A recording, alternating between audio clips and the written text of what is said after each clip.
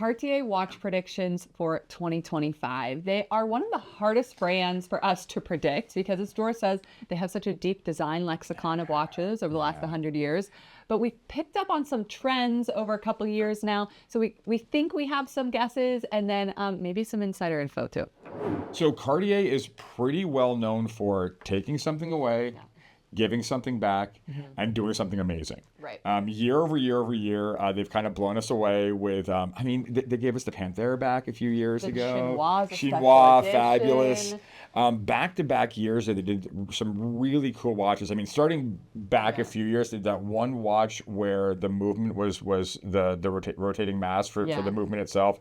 Amazing, never seen that before. But even 2 years ago, doing the skeletonized Santos with automatic skeleton, unusual there, and then having it be the little plane, that little touch of nostalgia is just really cool. There's always something whimsical and really special every year. A super low production. Yes. Also. Yeah. Incredibly hard to get. So Cartier does two things. They do NLEs, numbered limited editions, or they do what they call one shots, which is like a 1 year and done type thing. I think that one's a one shot. I think the Chinois was a one shot. That one's actually an NLE. That was a numbered limited edition of 150 pieces. Yeah, that's a really, really cool watch she's wearing today. Even more very special. jealous. Yeah. I might have to borrow that for Watches and Wonders. Anyway, last year they did that Santos Dumont that ran backwards. That was wild. And it was one of those things. It was so unusual for Cartier to do. I think that's what blew me away. Anybody else would have been like, oh, that's cool, but it's so like almost off-brand for Cartier. It was so playful. Like it was just a crazy watch. So I do not have a prediction for what they're going to come out with this year. That's so far off the map for what I can even conceive of that's going to be difficult. It'll be something amazing. Let's talk about more of like core collection pieces. So we've really seen a growth with mini models in the last couple years. The Panthère, Baignoire, the Tank, the Baignoire. Yeah. So Baignoire was the big release in the last year or so.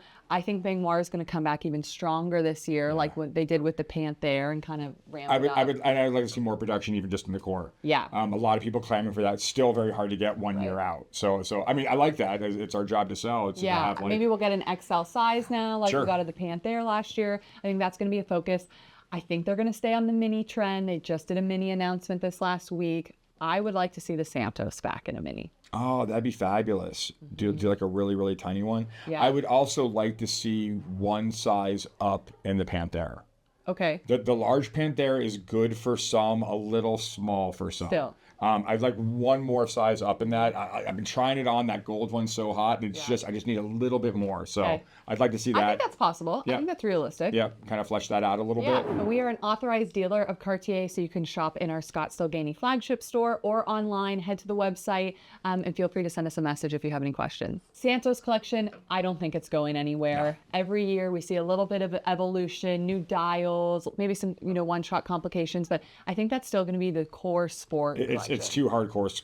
Like for the U.S., we think of Cartier as a square watch. Around the world, I think Blanc Bleu might do a little bit better than Santos. So I don't think either one of those are going anywhere. I think it's just too hot a watch right now. The only thing I could see going away would be the Tank American. I thought that too, maybe. But they do that kind of limited anyway, and it's a really special and very specific piece. So they could clear it out or they could flesh it out. I could see it going either way with that one. Right. What do you think they're going to bring back? I don't think this is the year of the Roadster. And every year we want the Roadster. Maybe a one-shot piece. Maybe they start to bring it back. I don't think the Roadster's coming back. I think Santos is too strong. Yeah.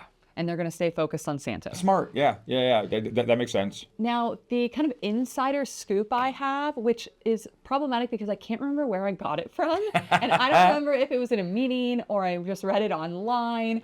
So hopefully I'm not leaking everything. But I've heard that the Tortue is coming back. Well, so they did a little bit of retro Tortue, but incredibly limited last year. So if they bring that back into core product, that would be amazing. I'd be that might take over my need for a Roadster. And they're very similar this shape. Trend we're seeing where they just put out one shot piece and then it kind of slowly starts to come back into core. Do you remember that display last year where it had all the originals from the 40s and then the new retro redos of it? I thought that was really well done. And kind of a flex. There's very, very few companies that can even do that. And have all Go back them. And show the original design. Yeah, it was just very, very cool. I love Cartier for just staying so true to themselves after all these years. You have a lot of these brands we deal with have like 4 watches.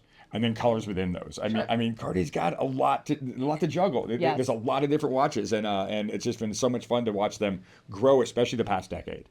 They've become such a force in the industry, and we're so proud to be associated with them.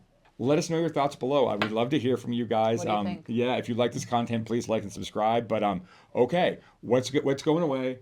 What's going to come new? And what do you guys expect to see at Watches and Wonders? Let us know.